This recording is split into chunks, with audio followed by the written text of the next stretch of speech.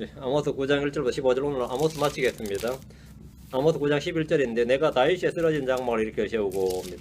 이 사도행전 15장의 이 구절이 그대로 인용이 되어 있는데요. 아모스 9장 15절 말씀, 아모스 9장 11절 말씀, 아모스 9장 11절 말씀 같이 읽겠습니다. 그날에 내가 다윗이 쓰러진 장막을 일으켜 세우고 그것이 무너진 곳을 막으며 내가 그의 허물어진 것들을 일으켜 세우고 내가 그것을 옛날같이 건축하리니. 그날에 내가 다윗이 쓰러진 장막을 일으켜 세우고 했으니까 이스라엘 사람들이 제일 좋아하는 구절 중에 하나입니다. 특히 이 몰락한 이스라엘 사람들이 주님이 오셔서 우리 다윗이 쓰러진 장막을 이렇게 세운다. 이스라엘의 재건이죠. 이스라엘의 재건은 하나님을 통해서 이루어진다. 내가 다윗이 쓰러진 장막을 이렇게 세우고 이 한마디 믿고 사는 겁니다. 이 한마디 믿고 잠깐 기도합시다. 위대하시고 거룩하신 주 하나님 감사합니다. 주님께서 내가 복을 주셔서 저희로 하여금 늘 주의 말씀을 상고하고 묵상하고 말씀에 기록된 모든 은혜를 저희가 받아 누리도록 하시고 말씀이 주시는 복을 저희가 받게 하시기를 간구합니다. 이 성령 충만함을 주시기를 원합니다. 지혜와 계시형을 주셔서 잘 깨닫게 하시고 말씀을 통해서 저희가 배움과 교훈 얻게 하시고 늘 진리에 갈급한 혼들이 충만하게 체험을 듣도록 인도해 주십시오. 감사드리며 주의 이름 기도합니다. 아멘. 아모스 9장은 이스라엘에 대한 주님의 심판과 회복을 다루는데 1절부터 10절까지는 주의 심판이고 11절부터 15절은 주님의 회복입니다. 잘 보시면 그래 딱 나누어집니다. 1절부터 10절까지는 주님의 심판, 11절부터 15절까지는 11절에 패러그래프 마크, 문단 마크가 있죠. 딱 단락이 나누어지면서 이스라엘 회복, 주님의 이스라엘을 회복해 주신다는 회복입니다. 이 소선지서의 대부분의 구조가 이렇게 되어 있습니다. 심판, 회복, 심판, 회복 이렇게 되어 있어요. 이스라엘은 죄로 인해 징계와 심판을 받고 꺾어지고 쓰러지지만 마지막 날에 주님께서 다시 이렇게 세우신다는 약속이 있습니다. 성경은 로마 11장 25절에 형제들아 너희가 스스로 지혜로운 것을 여기지 않게 하기 위하여 이 신비에 대해 너희가 모르기를 내가 원치 아니하노니 했습니다. 이 신비에 대해 내가 모르기를 원치 않는다. 너희가 모르기를 원치 않는다. 뭐를 모르기를 원치 않는다 하면은 이스라엘의 불신과 완악함에도 불구하고 궁극적으로 그들이 구원받게 된다는 예언적 진리에 대해서 교회가 형제들이 반드시 알아야 된다는 겁니다. 오늘날 교회가 이스라엘 회복, 구원, 미래에 대해서 무지한 것은 성경의 예언에 대한 무지고 불신입니다.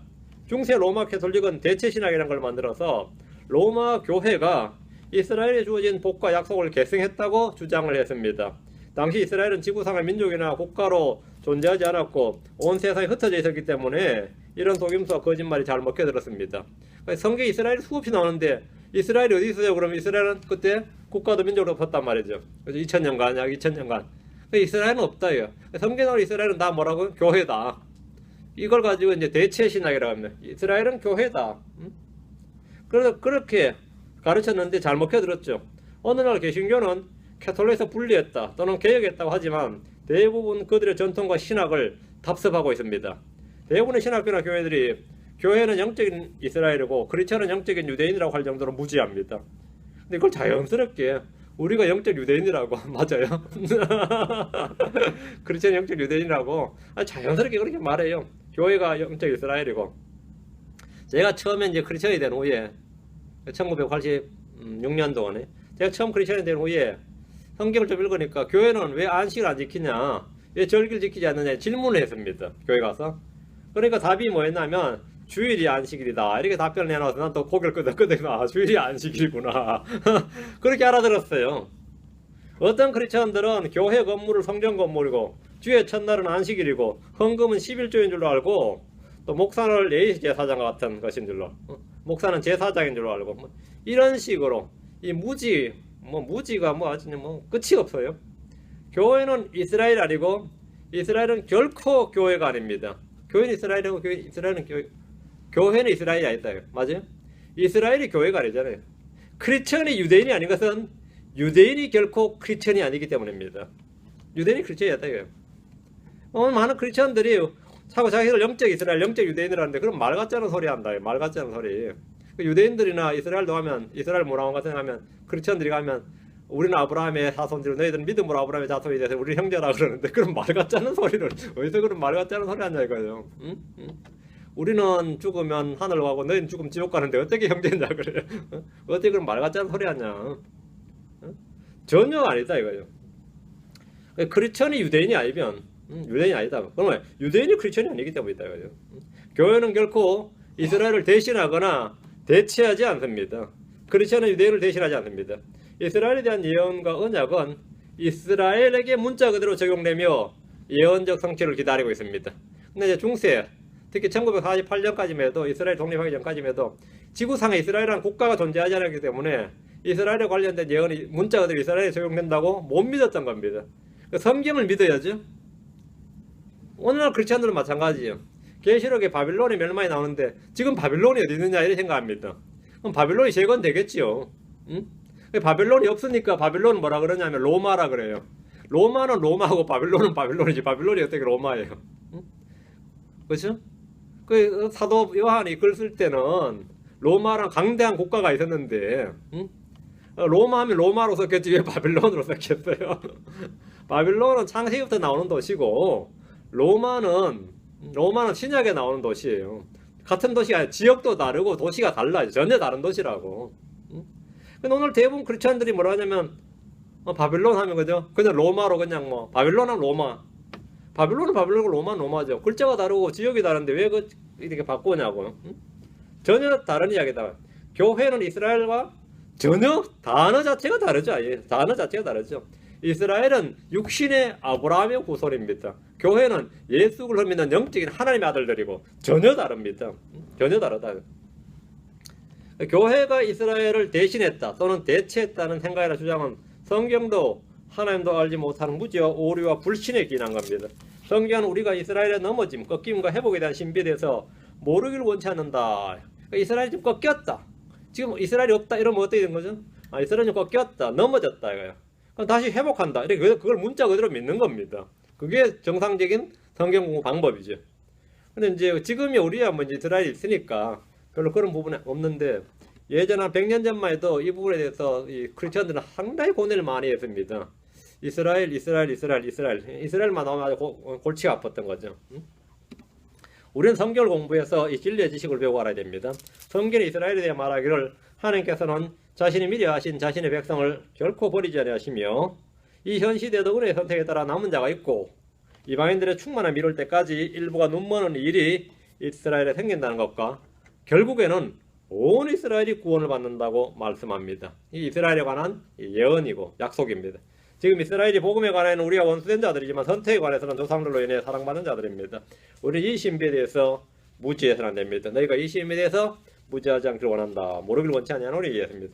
아모스에는 이스라엘이 앞으로 받게 될 징계와 심판이 상세하게 나오는데 이는 율법의 저주에 따른 겁니다. 성경에 기록되기를 율법의 저주가 있다. 신명기 28장 19절 20절 봅시다. 왜 하나님께서 자꾸 이스라엘을 그러면은 이제 벌을 주시고 징계하시고 심판하시냐 이거죠. 그런 법을 법대로 집행하는 겁니다. 그 법에 그렇게 있기 때문입니다. 법에 있기 때문에 그렇게 언약을 맺었고 그렇게 맹세를 했고 하나님과 이스라엘 간에 피로 서로 그렇게 계약을 컨트랙을 맺은 거예요. 이 커비넌트란 말이죠. 신명기 28장 19절 20절 신명기 28장 19절 20절 19절 내가 들어와도 저주를 받고 신명기 28장입니다. 28장 15절부터 봅시다. 그러나 만일 내가 주 내 하나님의 음성에 귀를 기울이지 아니하여 내가 이날 내게 명령하는 그분의 모든 명령과 법규를 지켜 행하지 아니하면 이 모든 저주가 내게 임하고 너를 따라잡으리니 내가 도시에서도 저주를 받고 들에서도 저주를 받으며 내 바구니와 내 쌓아둔 것이 저주를 받고 내 몸의 열매와 내 땅의 열매와 내 암소의 번식과 내 양떼가 저주를 받으며 내가 들어와도 저주를 받고 나가도 저주를 받으리라. 어디서나 다 받는다. 어디서나 저주를 받아요. 내 행위들의 사악함을 인하여 내가 나를 저버렸으므로 주께서 내가 손을 대는 모든 일에 저주와 고통과 책망을 보내사 마침내 너를 멸하시고 속히 망하게 하시며. 끔찍하죠. 이 말씀대 주님이 이렇게 말씀하셨으니까 주님은 말씀 1.1로 떨어지지 않는다 이거예요. 말씀하신 대로 행해야 되죠. 그들이 분명히 죄악을 하고 우상을 숭배하고 주님을 버렸는데도 불구하고 주님께서 놔둬버리면 말씀대로 안 행하시는 분이 되는 거죠. 그 저주에 관한 말씀을 안 행하시면 복에 관한 말씀도 안 행하시는 거죠. 그는 하나님께서 거짓말쟁이가 되고 말이 안 되는 거단 말이에요. 그러니까 주님께서 왜 이렇게 소선지서 계속해서 이 저주의 말씀이 나오냐면 그거는 법대로 하는 거예요. 이거는 법에 맞는 거단 말이죠. 주님은 이 저주에 대해서 반복해서 기록을 해두셨고 이 말씀은 반드시 주께서 맹시하신 바 문자 그대로 이루어져야 됩니다. 죄인들은 불법을 행하면서도 주님이 말씀하신 이런 재앙과 저주가 임하지 않을 줄로 생각합니다. 이 저주의 말들을 듣고도 마음속으로는 내가 평안에 있으리라, 재앙이 나를 따라잡지 못하리라 이렇게 생각을 합니다. 그런 생각 자체가 뭐죠? 이게 정말 저주받은 생각이죠. 주의 말씀이 있음에도 불구하고 뭐 설마 그런 일이 있으려고 이래 생각하는 거죠. 아모스 9장 1절부터 10절은 이런 율법의 저주가 문자 그대로 이스라엘에 집행되는 것을 보여주는 말씀이고, 11절부터 15절은 이스라엘이 영광스럽게 회복되는 장면을 기록하고 있습니다. 1절부터 10절까지는 야곱의 고난, 즉 대환란, 주의 날에 관한 것이고, 지금 본문이 주의 날에 관한 것이고, 11절부터 15절까지는 메시아 왕국, 천년 왕국에 관한 겁니다. 주의 날에 관한 것이고, G는 3분의 1은 주의 날에 관한 것이고, 3분의 1은 뭐라고요? 메시아 왕국, 천년 왕국에 있을 일입니다. 주님의 말씀은 예언의 등불입니다. 우리는 이 말씀들을 통해서 미리 기록된 역사를 읽게 됩니다. 성경은 이미 다 지나버린 과거 유물이 아니라 앞으로 있게 될 일들에 대한 미래의 등불입니다. 자, 본문 아모스 9장 1절 본문을 보겠습니다. 내가 보니 주께서 제단 위에 서서 이르시되 문의 임방을 쳐서 기둥들이 흔들리게 하고 그것들의 머리를 다 자르라. 내가 그들 중에서 마지막 남은 자들을 칼로 죽이리니 그들 중에는 도피하는 자도 도피하여 벗어나지 못하고 그들 중에서 도망하는 자도 구출을 받지 못하리라. 이 아모스는 이제 메뚜기 풀이 이때 이제 메뚜기 먹어버리는 그 메뚜기 환상, 불, 다림줄, 여름과일 바구니 환상을 본 후에 제단 위에 서서 말씀하신 주님을 보았습니다. 내가 보니 주께서 제단 위에 서서, 주님이 지금 제단 위에 섰어요. 주님이 성전 제단 위에 서서 말씀을 하시는데 본래 제단 위에는 뭐가 놓이죠? 헌물이 놓이거나 불이 놓이는 겁니다. 그렇죠? 아니면 피를 뿌리거나. 제단 위는 우리를 대신해서 죄의 형벌과 심판이 집행되는 것입니다. 근데 그 주님이 제단 위에 서서 지금 말씀을 하시는 겁니다.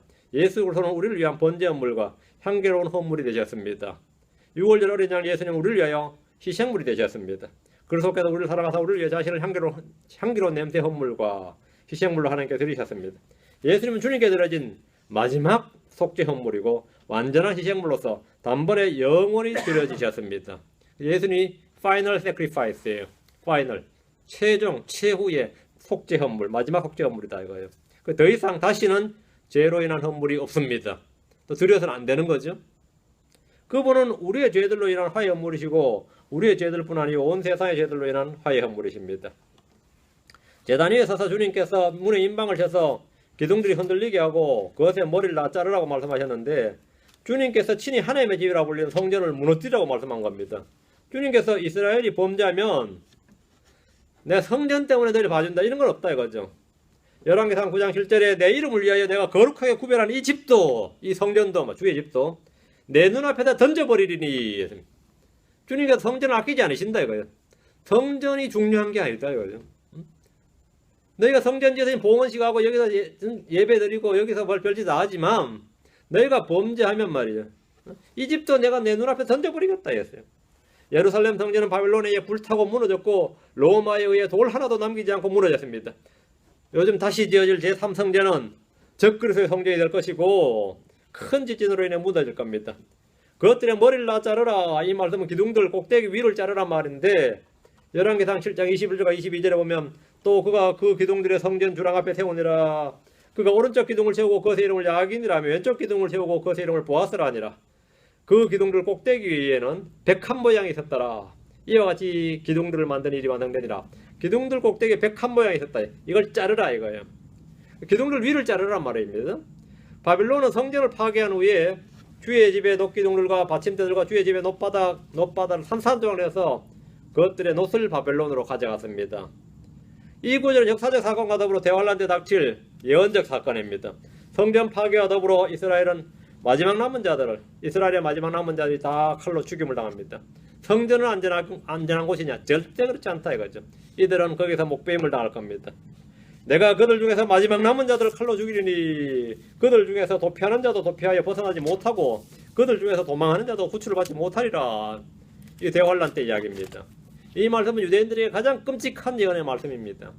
대환란 때 멸망에 가증한 것이 서지 못할 곳에 선 것을 볼 때 그들은 즉시 광야로 도망을 가야 됩니다. 광야로 도망하면 주님께서 1260일을 부양한다 그러세요. 광야로 도망하지 못한 자들은 어디로 간다? 유대에 있는 자들은 산으로 도망갈지어다. 산으로 도망가야 됩니다. 그런데 이 말씀에 순종하지 않고 예루살렘에 남아있던 자들 뭐 성전으로 모여라 뭐 이랬다는 전부 다 목이 잘리는 겁니다. 이 본문이 그겁니다. 예루살렘에 남아있던 자들은 모두 죽임을 당할 겁니다. 적그리스도는 이집트의 파라오 때부터 해오던 유대인 말살 정책을 펼치면서 그들과 전쟁을 합니다. 결과는 모두 죽임을 당하는 겁니다. 2절입니다. 그들이 땅을 파고 지옥으로 들어갈지라도 내 손이 거기서 그들을 붙잡으리라. 그들이 하늘로 올라갈지라도 내가 거기서 그들을 끌어내리리라. 주님의 심판은 사람이 피할 수 있는 것이 아닙니다. 주의 임재를 피해서 어디로 도망을 가도 주님이 바로 거기에 계십니다. 여기서 우리는 지옥이 땅을 파고 들어가면 거기에 있다는 사실을, 이 지질학적 사실을 볼 수 있습니다. 지옥은 땅의 심장부에 있습니다. 지옥은 땅의 심장부에 있어요. 하늘은 북극성적으로 올라가서 알파 드래곤 올라가서 쫙 가면 있어요. 하늘이 영적인 장소가 아닙니다. 실제 문자적으로 지질학적 이 지오그래피컬 이 장소란 말이에요. 지옥이 있냐? 있다고. 석유나 해저 천연가스를 발굴한 이들이 최신 장비를 동원해서 3,000피트, 4,000피트, 5,000피트 막 파고 내려갑니다. 계속 파고 들어가면 끝에 흩도는 데가 나옵니다. 지옥이 나온다 이거죠. 지옥이 나와요. 그러면 소리가 괴성이 들리고 막 이러면 안에 거기는 하도 뜨거워서 그 침이 녹아버려요. 그거 녹음해가지고 요즘 또 지옥이 음성해가지고 또 인터넷에 올려놓은 놈들도 있고 그죠? 보셨어요? 들었어요? 지옥이 나와요. 지옥을 상징이나 비유나 영적인 어떤 것으로 생각하는 애들이 많지만 지옥은 문자 그대로 땅속에 존재합니다. 지옥은 마귀와 그의 천사들을 위해 예비한 것입니다. 그러니까 나중에 계시록에서 땅 밑에서 뭐 올라오죠. 존재하니까 올라오는 겁니다. 그게 비유가 아니에요. 그럼 물론 많은 이 신학자들이, 목회자들이 그걸 비유라고 생각을 해요. 비유라고 생각해요. 응? 비유로 생각하는 만큼 쏘은 겁니다. 하나님 말씀 문자도 안 믿는 거죠. 우린 믿는 사람들이고, 이렇게 믿는 사람을 이제 성경 신자들이라 그래요. 그들이 볼 때 이제 우리가 이제 광신자지. 성경을 믿는 사람들입니다. 지옥은 하나님께서 마귀와 그의 천사들을 위해 예비한 곳이다. 주님께서 분명히 그렇게 말씀하시다. 마귀와 그의 천사들을 위하여 예비한 영존한 불 속으로. 마귀와 그의 천사들을 위하여 예비한. 지옥은 본래 마귀와 그의 천사들을 위해 예비한 것인데 이 범죄한 인간들이 거기 이제 마귀에 속해가지고 이제 그리 떨어지는 거죠. 사람이 아무리 지하 깊은 곳으로 파고 들어가도 거기는 안전한 장소가 아닙니다. 지옥까지 파고 들어가도 주님께서 거기서 그들을 붙잡을 겁니다. 우주선을 타고 저 위로 하늘로 올라가도 주님은 거기서 그들을 끌어내릴 겁니다. 시편 139편 7절 12절에 보면 내가 주의 영을 떠나 어디로 가리까 혹은 내가 주의 앞을 떠나 어디로 피하리까 내가 하늘로 올라갈지라도 주께서 거기 계시오며 내가 지옥에 내 침상을 펼지라도 보소서 주께서 거기 계시나이다. 내가 아침에 날개들을 취하여 바다 맨 끝 지역들에 가서 거할지라도 거기서 주의 손이 나를 인도하시며 주의 오른손이 나를 붙드시리이다. 내가 말하기를 어둠이 반드시 나를 덮으리라 할지라도 밤조차 나를 두르는 빛이 되리이다. 참으로 어둠이 주를 떠나 숨지 못하며 밤이 나처럼 빛을 내나니 주께는 어둠과 빛이 다 같으니이다 하셨는데 주님 어디나 계시며 어디서나 자신의 뜻을 행하십니다. 오늘 사람들은 이 장차 지구가 언젠가 아니면 조만간 멸망할 것이다 이런 건 직감적으로 아는 것 같아요. 성경을 안 믿는 사람들도 이 직감적으로 뭐 행성에 부딪히건 핵무기에 부딪히든 뭐 화산이 폭발하든 어떤 간에 지구가 장차 인류의 멸망의 날이 있다. 이걸 대비해서 이놈들이 우리가 내는 세금을 가지고 우주 개발 계획도 하고 해저 도시 개발 계획도 하고 땅 밑에도 이 지하 도시를 만들겠다 하면서 국민들 설득시킬 때 뭐라 그래요? 과학기술의 발전을 위해서 그러면서 사실 지들의 안전 피난처 지금 계속 만들고 있어요. 지금 몇십 년째 그 짓 하고 있어요. 자기들은 이제 별별 상상을 다 하면서 세금 걷어가지고 지금 뭐 하는 거죠? 제2의 살만한 우주가 지구 같은 곳이 없나 해서 계속 찾아내는 거예요. 지금 몇십 년째. 지들 돈도 아니고 말이죠. 결국 누구 돈으로. 결국 우리 다 옮겨갈 것도 아니면서 지들만 옮겨갈 거면서 발견하면은.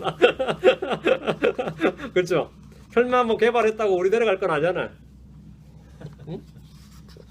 돈은 우리 돈 가지고 쓰면서 지금 그 짓 하고 있어요. 살살 이제 지하에도 살만하게 사람이 살만한 지하 도시 개발할 수 없는가? 해저 도시 할 수 없는가? 위에서 핵무기가 아무리 터져도 끄덕없는 그런 해저 도시 아니면 지하 도시를 개발하자. 아마 몇 놈들 만들어놨을지도 모르겠네요. 예, 직감적으로 알아. 인류 멸망의 날에. 그래서 끊임없이 그 가능성을 시험을 합니다. 인류 멸망과 같은 큰 재앙이 닥칠 때 어느 날 갑자기 닥칠 때 말이죠. 안전한 지하 도시나 안전한 우주도시란 있을까? 물론 존재하지 않습니다. 근데 그들은 그걸 만들려고 해요. 지금도 시도하고 있는데, 만약 어린 양의 진노가 이 땅에 쏟아질 때 그들은 그 우주선이가 아무것도 아닙니다. 그 지하도시가 아무것도 아니고 해저 터널이 아무것도 아니에요. 계시록 6장 16절에 산들과 바위들에게 이르되 우리 위에 떨어져 왕자에 앉으신 그 왕자에 앉으신 분의 얼굴에서와 어린 양의 진노에서 우리를 숨기라 이렇게 외칠 뿐인데, 계시록 읽으면서 우리는 해저 터널 가서 안전하게 갈 것이다. 7년 대환란 끝나면 나올 것이다. 이래봐야 소용없다 이거예요. 하나님께서 다 끄집어내신다 이거지. 해저 터널 같은 소리 하고 있는다. 우린 북극 빙하 밑에다가 도시 하나 만들어놨다. 그 소리 하지 마라 이거죠. 주님은 그들을 찾아내시고 진노를 쏟아 부으십니다. 사람들은 땅속 어딘가 아니면 저 하늘 어딘가에 우리를 구원할 무엇인가 존재하지 않을까, 안전한 장소 있지 않을까 생각합니다. 그러나 성경은 말하기를 구원은 땅밑이나 땅끝이나 바닷속이나 하늘 위에 인류를 구원할 무엇이 존재하지 않는다 이렇게 말합니다. 사람들은 지질 탐사나 우주개발로 얻을 수 있는 것이 아무것도 없습니다.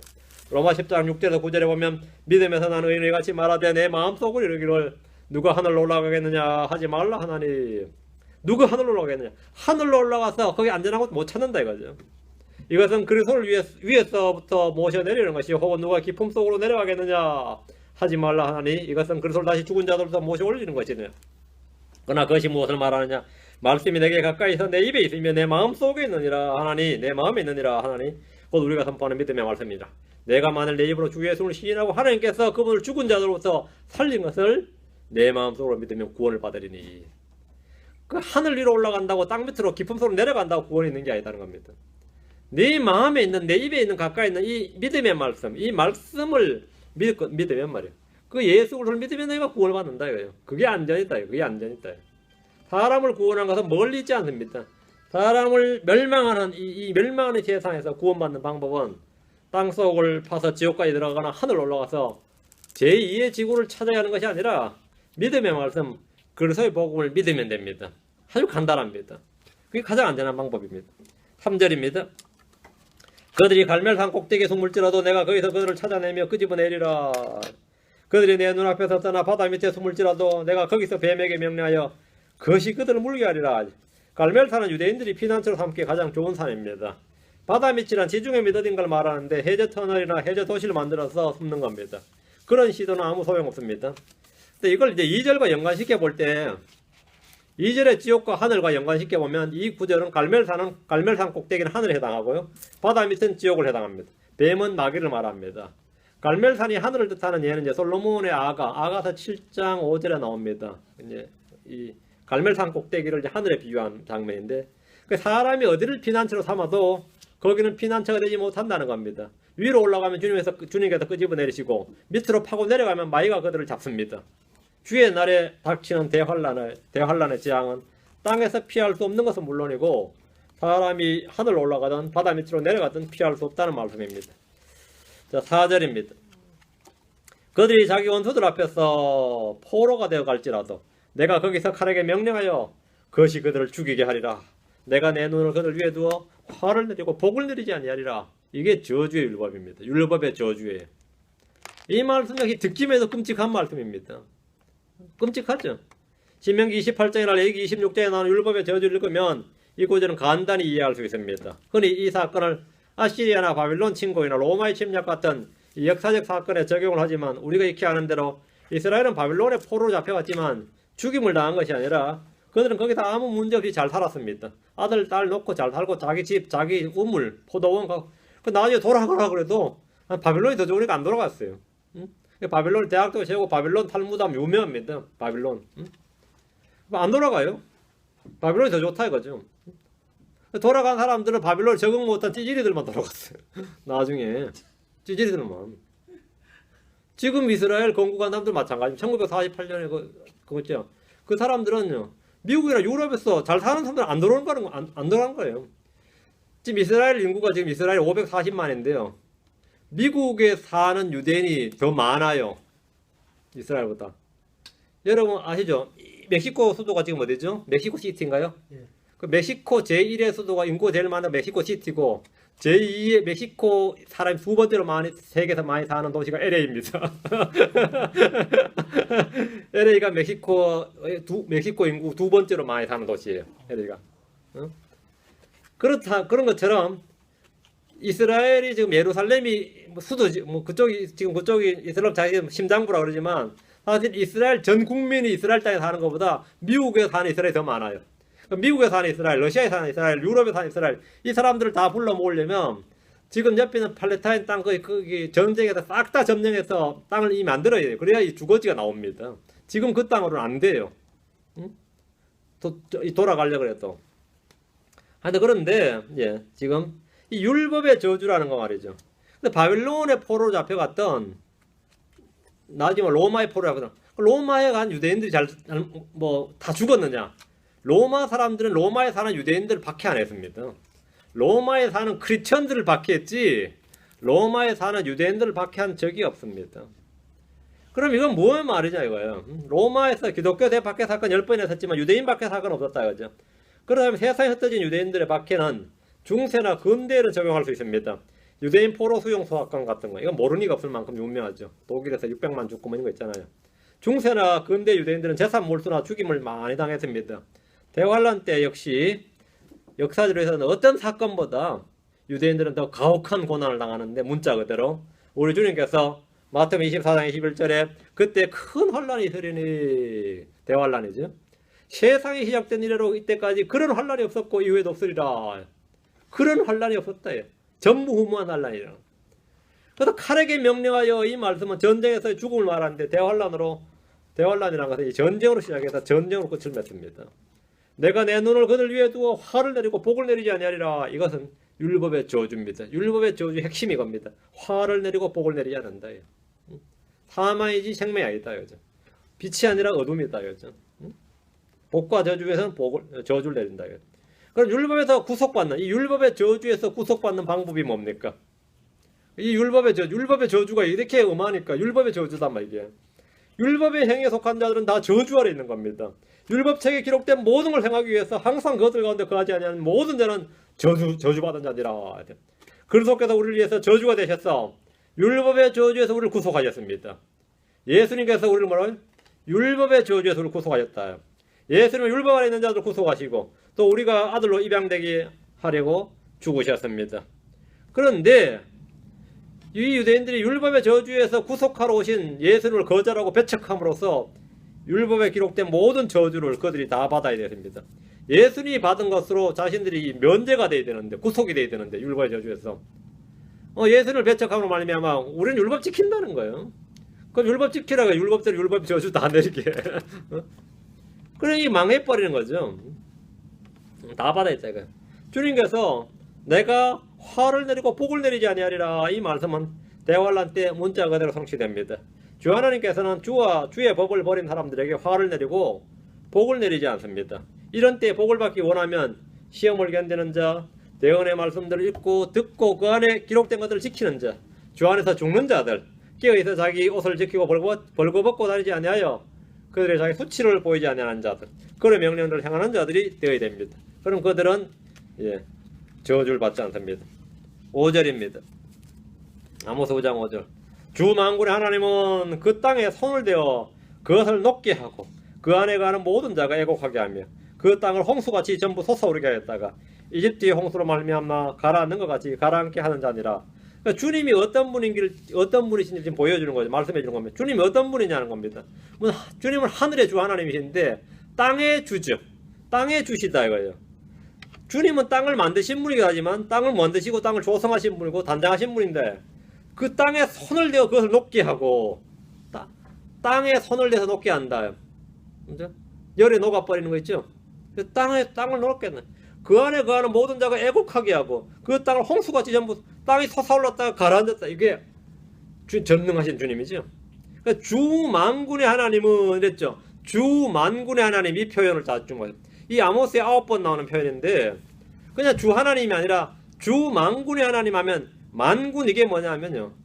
모든 것의 하나님이란 말입니다. 주 만군의 하나님 하면 그냥 이스라엘의 하나님 그게 아니라 모든 존재하는 모든 창조물 모든 군상들, 모든 것의 하나님이란 말이에요. 그러니까 주만군의 하나님은 이렇게 하죠. 주만군의 하나님은, 주님은 만군의 하나님이십니다. 하늘과 땅과 그 안에 있는 모든 것들이 하나님이시고, 산과 들과 바다에 있는 그 안에 있는 모든 것이 하나님이시고, 사람과 뭐 그 안에 모든 것, 하늘들 위에 있는 것, 땅 아래에 있는 것, 모든 것이 하나님이시다. 그게 만군의 주 하나님이다 이거죠. 만군의 주 하나님이다. 하나님이 주 만군의 하나님. 이 하나님이 어떤 분이신가 하면 만군의 하나님이다. 이걸 내가 딱 이 캐치를 해야 돼. 이걸 정확하게 성경적으로 개념을 내가 딱 잡아야 됩니다. 이스라엘은 주 만군의 하나님 대신에 주 만군의 하나님, 그러니까 주 하나님이 만군의 하나님을 섬겨야 되는데 만군을 신으로 섬겼어요. 주 만군의 하나님이 아니라 만군을 주요 하나님으로 섬겼다고. 뭔지 알겠습니까? 우상 숭배자들은 하늘의 주 하나님 대신에 하늘의 주인데 하늘의 주 하나님인데 하늘을 주 하나님으로 섬겨요. 하늘을 섬긴다고. 맞아요? 해와 달과 별들을 지으신 분이 주 하나님이죠. 해와 달과 별들의 만군의 주 하나를 섬겨야 되는데 해를 섬기고 달신을 섬기고 월신이죠. 별들을 섬긴다고요. 하나님께서 주 천사들이 하나님이신데 천사들에게 경배를 해버려요. 그들의 주를 경배하는 게 아니라 주님은 모든 사람들의 주 하나님인데 사람들을 섬긴다. 이게 우상숭배 핵심입니다. 우상숭배 핵심은 창조주 하나님보다 창조물을 더 경배하고 섬기는 겁니다. 그 창조물이 뭔지 모르죠. 그것이 천사일 수도 있고 하늘, 달, 별들이 수도 있어요. 하여튼 창조물을 더 경배하고 섬긴다. 그래서 우상숭배 핵심은 주 만군의 하늘을 경배하지 않고 주께서 만드신 것들을 주 하나님인 줄로 알고 섬기는 겁니다. 이스라엘뿐만 아니라 모든 이 교도들은 그들 자신의 형상에 맞게 자신들의 신을 만들어내고 자신들의 취향에 맞추어서 그것에게 경배합니다. 그것에 경배해요. 자, 생각해 봅시다. 여러분이 불상을 때려 부쉈어요. 그러면 막 중들이 나타나가지고 아니면 불교 신자들이 나타나서 막 열받아가지고 막 이럴 수가 있냐 그러는데 그 때려 부순 사람이 하는 말이 내가 하나 만들어줄게. 그러면 어때요? 그렇게 억울하냐? 내가 하나 만들어줄게. 더 좋은 걸로 만들어줄게. 더 큰 걸로 만들어줄게. 이 무슨 이런 개망신이 있어. 저기 저 가면 이거 만드는 것도 있는데 그 좋은 거 하나 아무나 골라. 이게 사람들의 우상이라는 게 그런 겁니다. 정말 너희 신이 있다면 말이죠. 니들이 화낼 것 없다고. 너희 신이 나 보라 하면 되는 거 아니야. 응? 너희 신이 나 보라 하면 되는 거지. 니들이 나한테 열받을 것 없다 이거죠. 왜냐면 니들이 나의 종교를 무시하느냐, 나를 지금 우리를 지금 무시하느냐, 뭐 어쩌고저쩌고 하면은 열내지 말라고. 얼마짜리야? 하나 만들어줄게. 이게 가능한 게 종교라고. 이게 가능. 사전으로 불 쏴질러 버렸어요. 그러면 그래 새로 하나 짓지 뭐. 얼마야? 이게 가능하다고. 사람이 다 결정할 수 있는 거라고요. 우상은 그래요. 우상은. 하나님은 그 땅에 손을 대어서 그것을 높게 하심으로써 대지의 순으로 경배받던 신들을 없애버리시고 그런 것에 경배하던 자들을 부끄럽게 하십니다. 주님은 땅을 높게 하시고 부풀게 하시고 가라앉게도 하시고 쪼개버리기도 하십니다. 쫙 갈라버리기도 하시고. 맞아요? 지진으로 쫙 갈라버려요. 하나님은 하늘과 땅의 주이십니다. 대환란 때 팔레스타인 땅의 지질과 지형은 일대 변화를 맞게 되는데 현재 사해는 지중해로부터 약 1300피트 한 40m가량 더 낮은 곳에 있습니다. 따라서 지금 현재는 물이 계속 흘러 들어가기만 할 뿐이지 흘러나오지는 못하는데 주 예수님께서 재림 때 올리브산에 발을 딱 내딛는 순간에 땅이 갈라지고 그 땅의 주변들 위로 솟구쳐 오르게 돼서 이 땅에는 예루살렘도 포함되죠. 올라서 완전히 지역이 변화된 겁니다.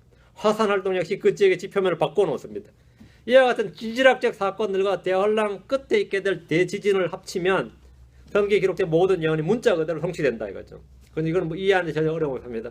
그러면 주님께서 예루살렘 왕좌에 딱 앉으셔서 왕좌 아래에서 생수의 강이 흘러나가면 바다로 쫙 양쪽 바다로 다 흘러갈 수 있는 겁니다. 어디 거꾸로 흘러가느냐가 아니에요. 지질이 변화되기 때문에 쫙 흘러서 바닷가에 가서 물들이 땅을 고치고 바다를 고치는 겁니다. 고치는 거죠. 예. 문자 그대로 다 맞는 거죠. 주님이 이렇게 하신다 거죠. 이 부분에서는 이제 이 계시록의 상세하게 기록되어 있는데 이 소선지서의 이 구체적인 내용들은 계시록에 다 들어 있습니다. 주 만군의 하나님은 그 땅을 홍수같이 전부 솟아오르게 하겠다가 이집트의 홍수로 말미암아 가라앉게 하는 것 같이 그렇게 가라앉게 하시는 분입니다. 땅에 있는 사람들은 술에 취한 것보다 더 어지러움을 겪을 겁니다. 지금 요즘 뭐 진도 몇 이런 건 말도 안 되는 이런 지진하고 비교도 안 되는 지진입니다. 땅에 솟구쳐 올랐다가 내려앉고 막 이런 지진 한번 겪어보세요. 살 맛이 안 나지. 아, 조그만 지진도 막 겪고 나니까 캘리포니아 살 맛이 안 나고 막 그러더라고요. 아, 지진 나니까요. 이게 살 맛이 안 나지. 삶에 땅에 대한 애정이 팍 떨어지대요. 아, 땅에 있는 것에 애정을 두지 말라가 지진만한 효과가 없더라고요. 아, 그 텍사스로 가서 설명했더니 그건 또 토네이도가 심하다 그러고. 어디가 한국은 뭐가 심해요? 미세먼지가 많고 뭐 황사바람이 많고 어디가는 일본은 뭐 어쩌 우라늄인가 핵방사능이 많고 뭐 어디 살아 어디 살라고. 땅의 애정을 그냥 푹 끊어놔 버려. 아모스 9장 6절입니다. 그가 하늘에 자신을 위하여 여러 층을 건축하며 그가 하나님입니다. 만군의 주 하나님이에요. 이제 땅에서 이야기가 생긴 이제 하늘입니다. 그가 하늘에 자신을 위하여 여러 층을 건축하며 땅에 자신의 군대를 세우고 바다의 물들을 불러 지면에 그것들을 쏟나니 주가 그의 이름이니라. 그 주님을 알라는 겁니다. 주가 누군지 어떤 분이신지 알라 이거죠. 하늘에 자신을 위하여 여러 층을 건축하며 하늘에 층계가 있어요, 그죠? 1층천, 2층천, 3층천이 있습니다.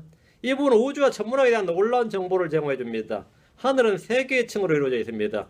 첫째 하늘은 날짐승들이 있고 구름이 있습니다. 이게 가지가 사람들이 주신 겁니다.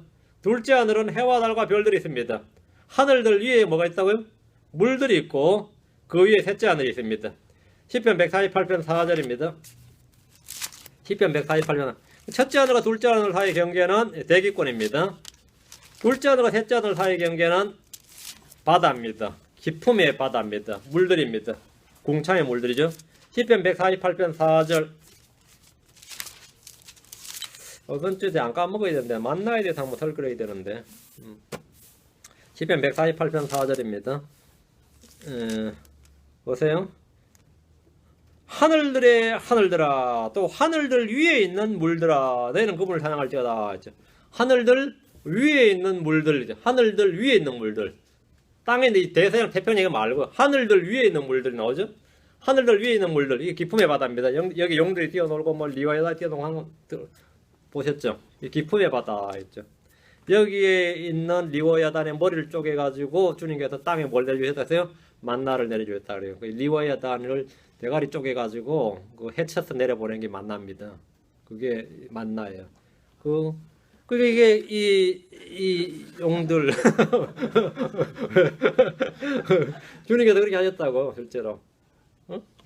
이게 문자 그대로 하늘들 위에 있는 물들이에요. 이게 기품의 표면 얼어있도다 그래요. 기품의 표면 얼어있도다. 이게 바다 갈라진 게 홍해가 갈라진 게 이 바다가 갈라진 둘째 하늘 바다 갈라진 거. 우리가 그 바다를 통과해서 셋째 하늘 올라가는 겁니다. 그게 하늘에 창이 있고 하늘에 문이 있고 다 있는 거죠. 예. 이건 요즘 나사에서도 발견이 돼가지고요. 사진도 찍혀 나오고 좀 그렇습니다. 그 나사의 발표에 따르면 하늘들 위에 있는 물들이 얼마나 많은지 대서양은 한 버킷에 불과하다 그러세요. 그거에 비교하면 하늘들 위에 있는 물들에 비교하면 한 버킷에 불과하다. 그거는 뭐 성경 아는 사람들은 아무것도 아닙니다. 그건 뭐 당연한 소리다. 반면 우리가 둘째 하늘을 볼 수 있습니다. 그렇죠? 믿음으로 우리는 셋째 하늘을 봅니다. 눈을 뜨면 낮에 첫째 하늘을 보고 밤엔 둘째 하늘을 보고 여러분 성경 속에서 셋째 하늘을 보는 겁니다. 셋째 하늘은 주의 왕자가 있고 낙원이 있습니다. 자, 고린도후서 12장 2절입니다. 고린도후서 12장 2절입니다.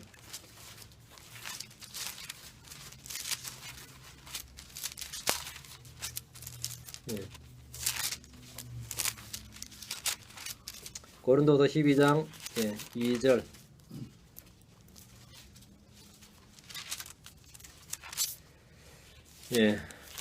내가 그 손에 있는 한 사람을 알았는데 그 사람은 14년 전에 셋째 하늘로 채에 올라갔느니라. 몇째 하늘로? 셋째 하늘로 채에 올라갔다. 셋째 하늘. 서울대에 보네. 몸 안에 있었는지 내가 말할 수 없었으며 몸 밖에 있었는지 내가 말할 수 없으나 하나님은 아시느니라. 이제 셋째 하늘 내가 4절에 그가 낙원으로 채에 올라갔어. 셋째 하늘에 뭐가 있어요? 낙원이죠. 셋째 하늘에 하늘의 왕자가 있고 낙원이 있습니다. 우리가 지금 올라가면 죽으면 우리 혼이 가는 곳이 어디라고요? 셋째 하늘입니다. 여기에 우리가 올라가는 겁니다. 우리 몸은 땅에 있지만 우리 혼은 셋째 하늘로 갑니다. 이게 구원입니다. 이게 헤븐이 킹덤입니다. 하늘 왕국으로 간단 말이에요. 헤븐이 킹덤. 그러다 주와 함께 영원히 있으리라 할 때 이 말씀이 여기 해당됩니다. 예. 주님은 하늘에 여러 층을 건축하셨다 했죠. 자신을 여러 층을 건축하시며 1층, 2층, 3층 여러 층을 건축하셨습니다. 땅에 자신의 군대를 세우고 바다의 물들을 불러 지면에 그것을 쏟으십니다. 여기다 바다의 물들은 창세기 1장 2절에 나오는 기품의 바다, 기품의 물들, 하늘들 위에 있는 물들입니다. 하늘들 위에 있는 물들인데 6일 창조 때 공창 위 아래로 나누셨습니다. 지면에 그것들을 쏟으시니 이것은 노아의 대홍수 때 주님이 행하신 일입니다. 본문은 주 하나님이 어떤 분이신지 누구신지를 잘 보여주고 있는 말씀입니다. 다시 아모스로 갑니다. 9장 7절 주가 말하노라 오 이스라엘의 자손들아 너희는 내게 이디오피아 사람들의 자손을 갖지 아니하냐. 내가 이스라엘을 이집트 땅에서 데려오지 아니하였느냐. 또 블레셋 사람들을 갑돌에서 시리아 사람들을 기르에서 데려오지 아니하였느냐. 시리아 사람들하고 블레셋 사람들도 자기들 역사의 기원을 하려면 성경을 펴야 됩니다. 여기에 나온다고요. 이 구절은 하나님께서 이스라엘의 하나님일 뿐 아니라 온 세상 민족들의 하나님이라는 사실을 잘 보여주고 있습니다. 만군의 주 하나님은 하늘에 여러 층을 만드시고 땅에 자신의 군대를 세우시고 바다에 물들을 불러 지면에 쏟으시는 전능자 하나님이시고 각 민족들을 구출하시고 인도하시는 하나님이란 겁니다. 하나님은 세계 역사의 주관자이십니다. 이스라엘 자손들의 이디오피아 사람들의 자손들과 같게 되었다는 것은 그들의 죄로 인해 검게 되었다는 겁니다. 이디오피아 사람들은 흑인입니다. 이디오피아는 흑인이에요. 이스라엘은 가나안족 속과 인종이 다르고 피부색이 다른 셈족입니다. 그런데 가나안에 들어오자마자 분리 대신에 혼혈 정책을 썼어요. 자기들이 알았어. 이교도들과의 결혼을 통해서 이제는 더 이상 구분이 가지 않을 정도가 되었습니다. 하나님의 이스라엘 자손들이 에디오피아 사람들과 같이 되었다. 에디오피아 사람들의 자손들과 같이 되었다. 이렇게 말씀하는데 이거는 인종, 피부색만 빗대어 그런 게 아니라 그들의 문화, 그들의 신앙, 종교. 근데 얘들이 어떻게 그런 말 하죠? 응? 우리 동료에도 저 멕시칸이냐 그런 말 듣는데 제가 봤단 말이지. 멕시칸 사람. 이게 캘리포니아에서 해서 그런 거죠. 근데 이제 사고방식까지 그래 되면 그러냐면 미국 가서 살더니만 이제 그쪽 사람, 한국 사람이 아니라 그쪽 사람 다 됐다. 근데 지금 이스라엘 사람이 이디오피아 사람 다 됐다 이거 하나님 보시기에. 이디오피아 사람이 이스라엘 사람이나 겉보기나 속이나 구분이 안 가더라 이거예요. 너희들이 이방인인지 이교도인지 구분이 안 가더라 이거예요. 구분이 안 가더라. 한마디로 이스라엘 자손이 이교도 같고 이방인 같다는 말씀입니다. 오늘 이걸 교회로 적용하면 어떻게 되죠? 오늘 크리스천들 보면 뭐라 그래요? 불신자가 똑같다 이거죠. 근데 누가 이제 입시철 다가와서 막 이제 자식 그 합격 기원 기도해 하니까 절에 가도 그 짓 하거든요. 합격 기원 불공드리기 40일. 교회 와도 합격 기원 40일. 절이나 교회나 절이나 교회나 응? 똑같더라 이거죠. 똑같더라. 요즘 교회는 세상 구분이 안 가는 거예요. 구분이 안 가. 하는 짓이 하도 똑같다 되고 더 심하더라. 이렇게 더 심하더라. 하는 짓이 어째 그렇게 이 시전 잡배들보다 더 하냐 실제로. 유대인들을 보니까 하나님이 유대인들 딱 보니까 이디오피아 사람들과 같지 않냐 이거예요. 내가 크리스천들을 딱 보니까 니들은 내가 교회를 딱 보니 너희가 뭐가 같다는 거예요. 이디오피아 사람이고 뭐가 없어요. 이교도들과 똑같은 거예요. 이교도들과 이교도들 똑같다 이거죠. 구분이 안 가더라 이제 분리가 없다. 분리가 안 가. 크리스천은 분리해야 돼. 분리 구분이 가야 돼요. 딱 보면 크리스천은 분리가 돼야 돼요. 자 아모스 9장 7절 다시. 내가 이스라엘을 이집트 땅에서 내려오지 아니하였느냐. 맞죠? 아멘이죠. 출애굽의 하나님은 구원의 하나님이고 구출의 하나님입니다. 하나님은 블레셋 사람들을 갑돌에서 시리아 사람들을 기르에서 데려왔습니다. 이 사건은 세계사에 안 나오는 이야기예요. 블레셋 사람들을 주님께서 갑돌에서 데려왔다는 거예요. 시리아 사람들을 기르에 데려왔는데 여기가 어디야? 갑돌이 어디고 기르가 어디지? 찾아야 되는 거죠. 이는 성경의 다른 곳에서 보이지 않는 아주 놀라운 말씀인데 주님께서 이스라엘 지금 하신 말씀이 너희 민족이 이스라엘만 뿐 아니라 내가 온 세상 모든 민족들을 뭐라고 다 다스리고 지금 컨트롤하고 있다는 겁니다. 하나님은 이방 민족들의 구원과 구출에도 직접 관여하시고 일하셨음을 친히 말씀해주고 계십니다. 역사의 주관자는 하나님이십니다. 그 한민족의 주관자도 하나님이시다 이거죠. 이집트나 아시리아나 바빌론이나 메데 페르시아 그리스 로마 제국 같은 이 세상의 역사를 주관하시는 분, 이 완전히 주관하시는 분이 하나님입니다. 그 느부갓네살을 바빌론의 제국을 만들어준 건 누구라고요? 하나님이에요. 그래서 바빌론 느부갓네살이 내 손으로 내 힘으로 했다가 그냥 끝장나버려요. 어? 하나님께서 그의 이성을 그냥 뺏어가 버리셨죠. 아니다 이거. 하나님이다 이거. 하나님이다. 하나님께서 어떤 민족을 높이기도 하시고 낮추거나 흩어버리기도 하십니다. 이 세상 왕국의 권력과 권세가 사람들에서 나는 것이 아닙니다. 하나님께서 누구에게든지 원하는 자에게 줍니다. 모든 권력은 다 위로부터 난 겁니다. 모든 권력은 다 위로부터 난 겁니다. 그 사람이 정권을 잡을 줄 어떻게 알았어요? 상상도 못했다요. 근데 뭐 그런 거 있죠. 8절입니다. 아모스 9장 8절. 보라, 주 하나님의 눈은 죄를 짓는 왕국이 있나니 내가 그 왕국을 지면에서 끊어 멸하려니와 야곱의 집은 철저히 멸하지 아니하리라. 주가 말하더라. 그러니까 이 세상에 왕국들이 있는데 왕국의 흥망성쇠가 어떻게 이루어지느냐면 죄의 불법의 충만함을. 아모리 족속이 왜 망했냐 그러면 불법의 충만함으로 망한 거예요. 가나안 족속들이 왜 망했냐 그러면 불법의 충만으로 망한 겁니다. 주님께서 하나님의 눈은 죄를 짓는 왕국, 심플 킹덤이 있다 이거예요. 그 한민족은 왜 망하냐 그러면 그 경제력 때문에 망하는 게 아니고 외세 때문에 망하는 게 아닙니다. 죄 때문에 망합니다. 그 코리안이 오래오래 지상에 오래오래 살아남고 싶다면 죄를 안 지으면 돼요. 근데 지금 한국 남한과 북한은요, 이 죄의 충만함이 특히 그 도박과 음란이죠. 사기. 이야, 진짜 저주받은 민족이 아닐까 싶은 게 이 한민족이에요. 보면 그 기질이 말이죠. 어째 그래 잘 속이고 거짓말 잘하고 그 뭐 천서에 그런 걸 어떻게 해? 전에 그렇게 살아온 걸 평생을. 응? 근데 이게 지금 거의 충만해. 응? 그래 또 그렇게 또 음행이 난무한 곳이. 그 한민족의 특징 중 하나입니다. 응? 게으르기가 말도 못하고요.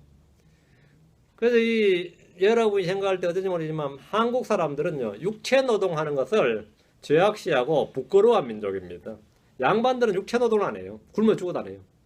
그 쌍놈들이 한 줄 알고, 그 양키들이 와가지고 한국에서 이제 테니스를 쳤는데, 이제 테니스 코트를 만들어 치니까 땀을 뻘뻘 흘리니까 종놈들 시키지 왜 저렇게 땀 흘림이에요?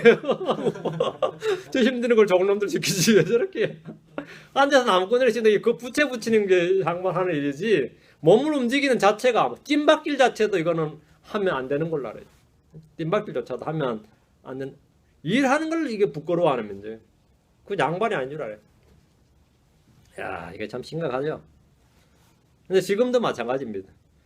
여러분 애들이 말이죠, 학교에서 공부를 하는데 선생님이란 존재가, 선생님이란 작자가 근로의 중요성을 가르쳐야 되는데, 학교에서 뭐 일하러 뭐 전선 고치러 오고 뭐 학교 일하는 거 뭐 시설 고치러 온 사람 보면 저런 사람들에게 일 열심히 하는 사람들에게 박수를 쳐주고, 열심히 저런 분들 때문에 우리가 시원한 데서 일한다, 이 좋은 시설에 일한다, 일 공부한다 이렇게 가르쳐야 되는데, 니도 공부 안 하면 저래 돼. 니들 공부 안 하면 저래 돼. 이야, 이게 조선 문화예요. 니들 공부하면 저 모양 된다는 거예요. 일하는 사람 황당하죠. 일해주면서 에어컨 고쳐주면서 황당한 거예요. 너희들 일 안 하면 땡볕에서 에어컨 고쳐야 된다고요. 전기 고쳐야 되고. 이런 나라가, 이게 지금 남의 이야기가 아닙니다. 자기 부모가 자기 자식한테 그래 가르쳐요. 선생님이 지한테 가르치고. 응? 그게 한민족입니다. 그래서 지금 그런 일들을 누구한테 시켜요? 이제 동남아 조선종을 불러다 시킨다고. 그러놓고 지금 또 걔들이 일자리 뺏는다고 난리치는데 한국 지들이 그걸 하기 싫어하는 겁니다. 그게 굶어 죽어도 안 하겠다는 일들이에요. 그게 다 굶어 죽어도 안 한다는 거예요. 진짜 굶어 죽어 봐야 하는데. 얼마나 참 인간들이 그런지. 하나님께서 이 어떤 왕국이 망하는 거는 죄를 짓는 왕국을 내가 그 왕국을 지면서 끊어 멸하려니 왔는데, 이 지상에서 수많은 민족들이 생성됐다 망했다 없었다 그랬죠. 그 망한 민족들이 왜 망했나 그러면 이겁니다. 죄를 짓는 왕국이었다 이거예요. 죄를 짓는 왕국이었다. 다른 거 없습니다.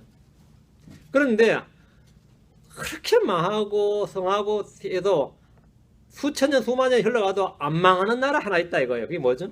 야곱의 집은 철저히 멸하지 아니하리라. 야곱은 죄를 지었는데, 그럼 이제 망한 나라들이 억울한 거예요.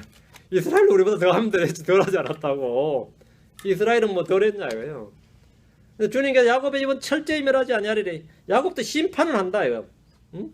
그러나 소멸될 것 같아도 결코 멸망하지 않는 민족이 이스라엘입니다. 앞으로도 결코 멸망하지 않는 하나의 민족이 있다면 그건 당연히 이스라엘이에요. 야곱의 집은 철저히 멸하지 아니하리라. 이게 누구의 말입니까? 주가 말하노라. 주의 말씀입니다. 주께서 이스라엘을 징계하시고 심판하셔도 결코 멸하지 않으신다고 약속하셨습니다. 이 약속은 신실함에 불변합니다. 9장 9절입니다.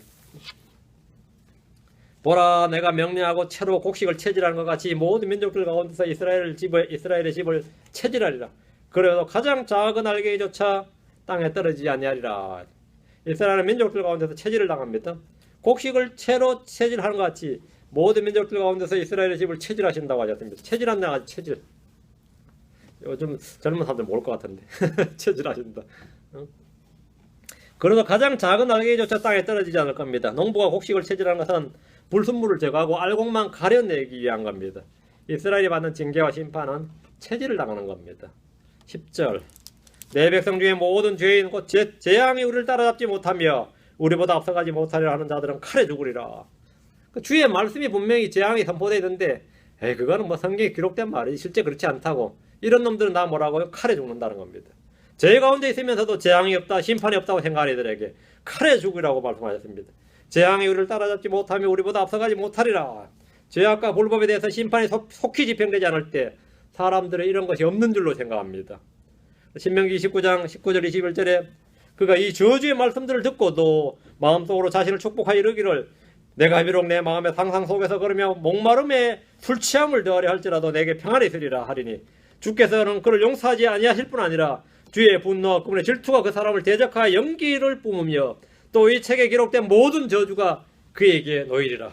주께서 그 이름을 하늘 아래에서 지워버리시고 주께서 이스라엘의 모든 지파 중에서 그를 분리하사 이 율법책에 기록된 언약의 모든 저주대로 화를 받게 하시리니. 그러니까 그런 생각하는 사람들에게 주님께서 뭐라고요? 완전히 끊어버리겠다는 겁니다. 주의 말씀대로 이루어지지 않을 것이란 그 생각 자체가 재앙입니다. 주께서 그렇게 말씀하셨다가 실제 그렇게 되겠냐? 그게 실제 그러려냐? 실제 그렇다. 문자 그대로 그렇다는 거예요. 문자 그대로. 11절입니다. 그날에 내가 다윗에 쓰러진 장막을 일으켜 세우고 그것에 무너진 것을 막으며 내가 그의 허물어진 것들을 일으켜 세우고 내가 그것을 옛날과 같이 건축하리니. 11절부터 15절은 이스라엘의 회복에 관한 말씀으로 이건 천년왕국 때 있을 일입니다. 앞부분은 이제 주의 날에 있었던 일이죠. 그날에 내가 이 말씀은 대환란이 끝난 후를 말하는데 주의 지상지혜림으로 이 땅에 하늘의 왕국이 임합니다. 주님은 이스라엘을 없애버리시는 것이 아니라 천년왕국 때 모든 민족들의 머리로 삼으십니다. 다윗이 쓰러진 장막을 일으켜 세우고 란 말씀은 몰락한 유대인들의 소망입니다. 유대인들의 소망이에요. 사도들은 이 구절을 인용해서 장차 세워질 메시아 왕국에 대해서 이렇게 말했습니다. 사도행전 15장 15절 17절 한번 봅시다. 이 구절을 그대로 인용했어요. 사도행전 15장 15절 17절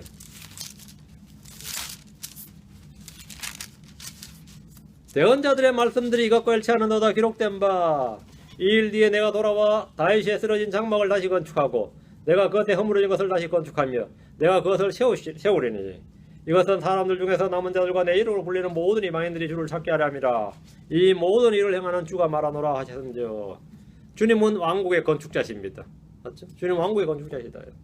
킹덤 빌더스를 자처하는 이들이 많이 있지만 하늘의 왕국은 우리 주님이 이 땅 위에 문자 그대로 친히 세우실 왕국입니다. 자, 12절로 갑니다.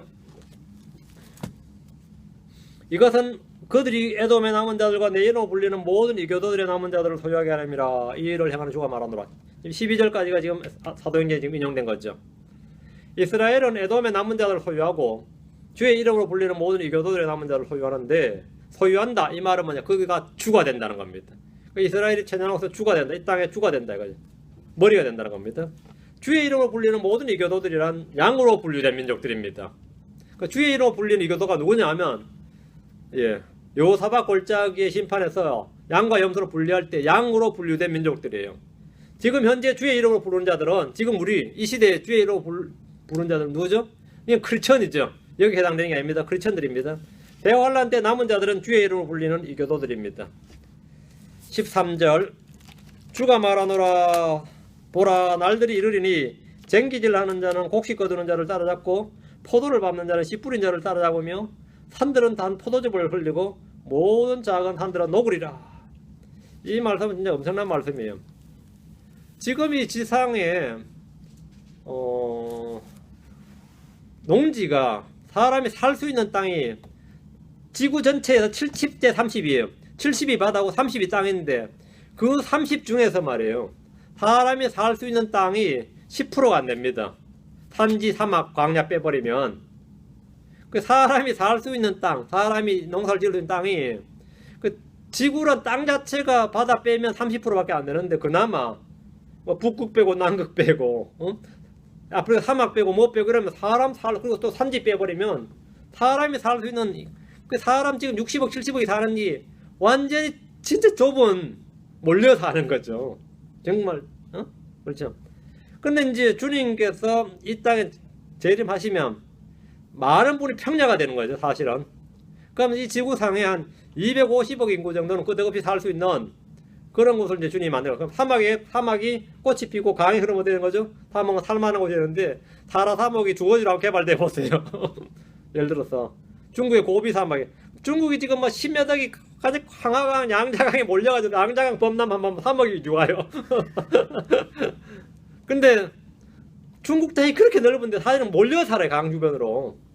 근데 거기 사막이 그 광야가 말이죠. 꽃이 피어버리고 뭐 그 흘러버리면 널널해지죠. 널널해지죠. 그 대환란 때 죽을 놈 다 죽고 예, 민족 남으면 이 지구가 뭐 진짜 널널하죠. 널널해요. 여러분이 뭐 땅 걱정은 안 해도 됩니다. 최소한 뭐 땅 걱정 안 했는데 우리야 뭐 하나님의 아들들이니까 뭐 통치자로 내려오니까 아예 뭐 신경 쓸 거 없지만 주님께서 이 작은 산들을 녹이라면 문자 그대로 평지로 만들어 준다는 겁니다. 그 토지가 엄청 넓어지는 거죠. 그거다 사막 광야 전부 다 예, 아주 좋은 땅으로 평지로 만들어 주겠다 이거예요. 그러면 지금 이 중동지가 어떻게 되겠어요? 그 진짜 그 대지가 대평원이 되는 겁니다.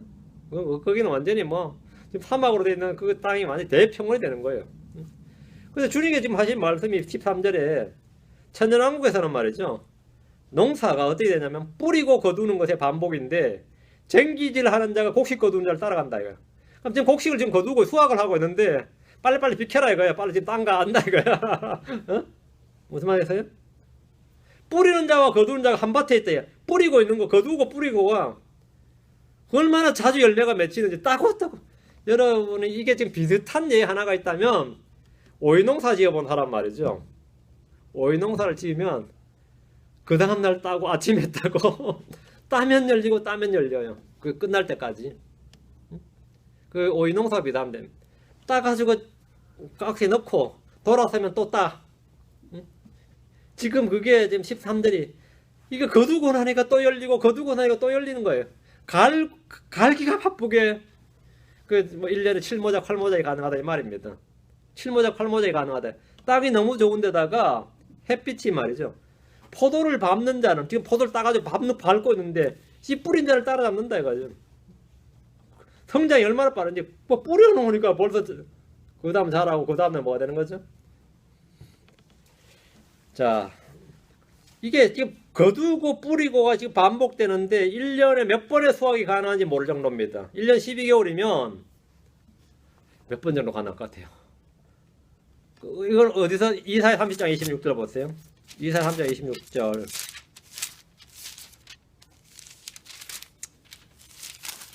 이사야 30장 26절. 또 주께서 자신의 백성의 찢어진 곳을 싸매시고 그들의 30장 26절. 또 주께서 자신의 백성의 찢어진 곳을 싸매시고 그들의 메마진 상처를 치유하시는 날에 달빛은 햇빛 같고 햇빛은 7배나 되어 7날의 빛 같으라. 햇빛은 7배나 되어 7날의 빛 같으라. 이 정도 빛이면 뭐 7모작 8모작 가능하겠지. 땅도 엄청 저주가 거친 땅에다가 그죠. 잡초가 자라는 것처럼 참깨나 배추가 자란다고 생각해보세요.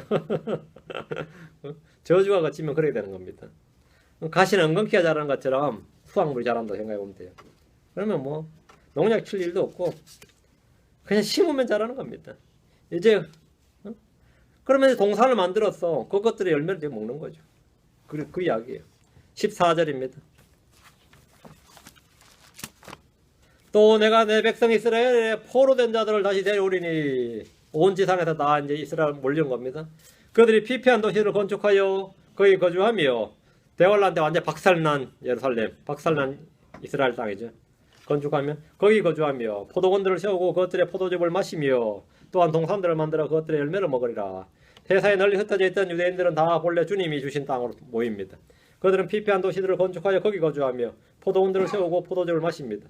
동산들을 만들어 그것들의 열매를 먹습니다. 이제 흩어질 일도 없고 짓밟힐 일도 없습니다. 쫓겨날 일도 없고 빼앗길 일도 없습니다. 대환란 동안 엉망이 되어버린 팔레스타인 땅은 다시 거룩한 땅으로 회복이 됩니다. 그 땅은 에덴의 동산처럼 아름답게 회복될 겁니다. 15절 내가 그들을 그들의 땅에 심으리니 그들이 내가 그들에게 준 그들의 땅에서 다시는 뽑히지 아니하리라. 사람을 나무에 비유한 거죠. 초목처럼. 주 내 하나님이 알아노라. 주님께서 이스라엘을 약속의 땅에다가 심으십니다. 더 이상 이 땅에 대해 영토 분쟁이 없습니다. 다시는 그들이 그 땅에서 뽑히지 않을 겁니다. 이는 주께서 거기 계시며 그들이 주를 알고 주를 섬기기 때문입니다. 11절부터 15절까지는 우리가 지금 예전에 왕국 시리즈 중에서 하늘의 왕국과 유대인 그런 챕터가 있습니다. 왕국 시리즈 중에서 여러분 홈페이지 찾으시면 돼요. 왕국 시리즈 찾으시면 돼요. 하늘의 왕국과 유대인이라는 주제가 있어요. 그걸 찾으면 여기에 대해서 다 나옵니다. 상세하게 구절 구절이 하늘의 왕국과 유대인이라는 주제로 강의한 것을 참고해서 좀 더 깊이 있게 살펴보시기 바랍니다. 이걸 통해서 아모스 강의는 마치겠습니다. 다음 시간에 오바댜입니다. 오바댜는 한 장밖에 안 되네요. 다음에 읽어보시기 바랍니다. 잠깐 기도합시다. 위대하시고 거룩한 주 하나님 감사합니다. 주님께서 은혜와 복을 주셔서 오늘 주의 말씀을 선포한 대로 주님께서 저에게 복과 소망을 주셔서 우리가 율법의 저주 아래 있지 아니하고 또 성령 인도를 받게 하심을 감사하고 또 저희가 죄 아래 있지 아니하고 은혜 아래 있게 하심을 감사합니다. 사랑하는 아버지 하나님께서 계속해서 저에게 이 기록된 말씀을 위해서 장차 다가올 이 세상에 대해 또 미리 기록된 역사를 저희가 공부하고 알 수 있게 해주시고 예언의 등불 저희 마음속에 밝혀주시기를 원합니다. 감사드리며 주의 성기도합니다. 아멘.